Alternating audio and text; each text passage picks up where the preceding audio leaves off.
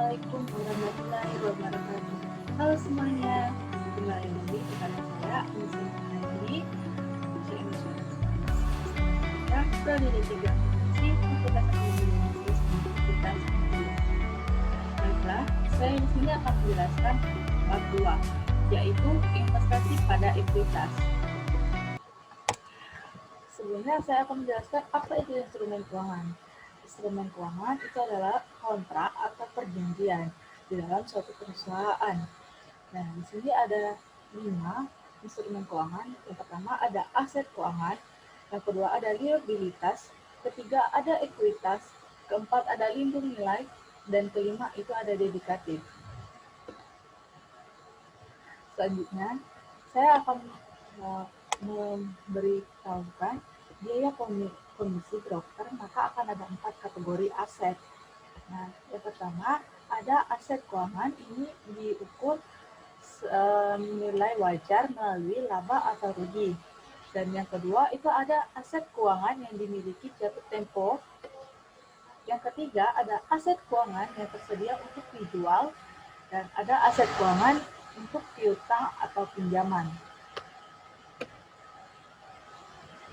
Nah, di sini aset keuangan diukur nilai wajar melalui laba rugi itu dimaksud untuk kita melihat dari harga pasar saham. Karena jika harga pasar saham itu mengalami penurunan, maka kita akan melakukan secara otomatis. Sedangkan aset keuangan dimiliki jatuh tempo, aset keuangan yang tersedia untuk dijual, aset keuangan piutang atau pinjaman, itu harus melakukan pengujian.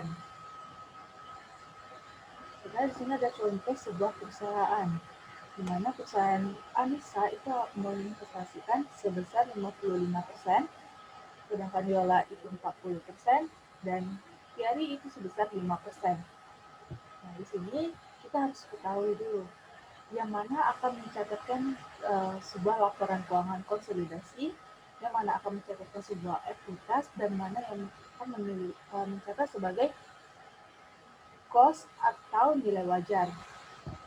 Nah, Anissa itu menanam saham sebesar 55, investasi sebesar 55%, maka dia memiliki hak atas pengendalian perusahaan tersebut, dan dia itu sebagai induk perusahaan karena dia melebihi dari 50%, dan dia akan mencatat laporan keuangan konsolidasi.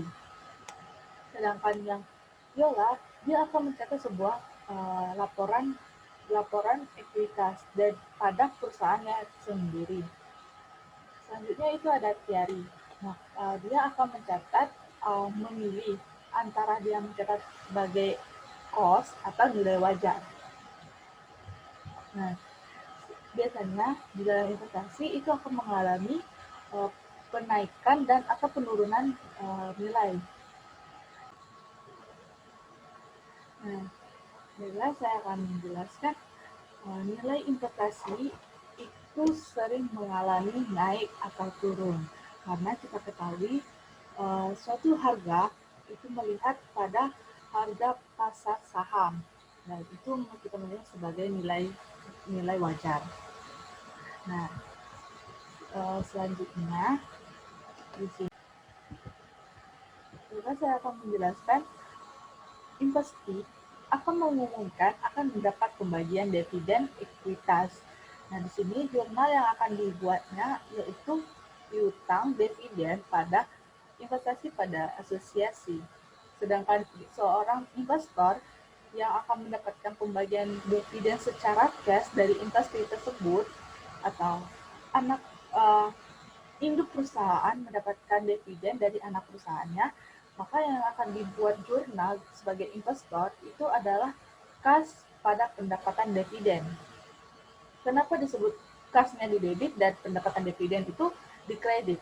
Padahal yang kita ketahui kita mendapatkan pembagian dividen, berarti kita mendapatkan pendapatan dividen. Sedangkan yang ditulis di jurnal itu pendapatan dividen itu di kredit. Kenapa bisa seperti itu? Karena Saat pembagian dividen secara cash, yang kita akan terima itu adalah uang. Berarti kita mendapat kasnya bakal ada di debit, karena penambahan ada di uang. Selanjutnya, pendapatan dividen itu di kredit. Kenapa disebutkan di kredit? Karena kita menanam saham, kita menginvestasi kepada perusahaan yang anak perusahaan kita, itu tuh adalah uang kita sendiri. Dan ya, seandainya itu kita mendapatkan dividen, itu adalah uang kita sendiri. Berarti dividen kita itu berkurang, bukan lagi bertambah. Makanya disebutkan pendapatan dividen itu di kredit. Selanjutnya ada penurunan nilai. Nah, penurunan nilai ini akan mengalami penurunan nilai setiap tahunnya, tetapi itu tergantung pada kategori. Dia masuk kategori kemana terlebih dahulu. Seperti yang ada di sini, penurunan nilai. Jika perusahaan itu mengalami penurunan nilai ya, karena melihat dari nilai wajar, maka sistemnya akan terotomatis karena aset keuangan yang pada nomor 1 ini memang untuk dinilai wajar, diukur nilai wajar melalui laba atau rugi. Dan jika penurunan nilai itu ada di aset keuangan dimiliki jatuh tempo, tersedia untuk dijual, pinjaman atau piutang atau pinjaman, maka di situ harus akan ada pengujian. Nah, jurnal juga yang akan dibuat itu adalah investasi pada kas. Selanjutnya itu adalah alokasi selisih atas biaya perolehan investasi. Perlakuan akuntansi atas metode ekuitas dalam praktik tidak sederhana. Biaya perolehan investasi bisa berbeda dengan proporsi atas nilai tercatat ekuitas atau nilai wajar. Karena bisa terjadi perbedaan, apa yang kita lihat dan apa yang tercatat itu berbeda. Makanya di sini kita harus melakukan praktik dan ini tidak sederhana.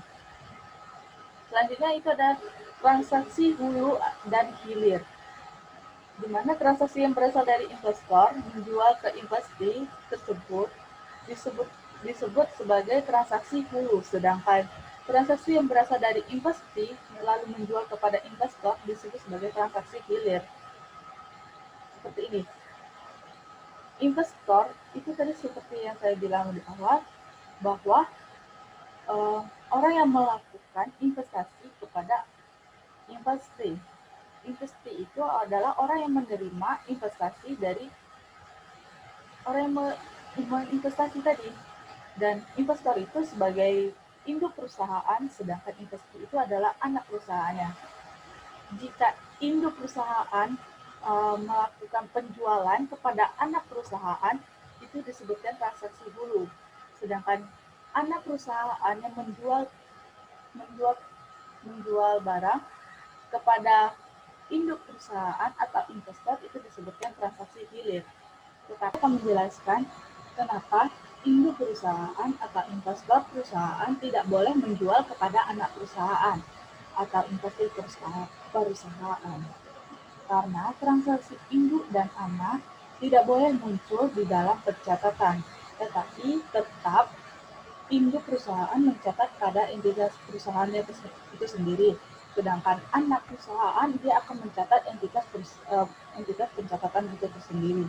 Tetapi sebagai induk perusahaan dia akan mencatat sebagai entitas pelaporan, dan di sana dia akan mengeliminasi jurnal tersebut di antara HPP dan penjualan itu akan dieliminasi, dan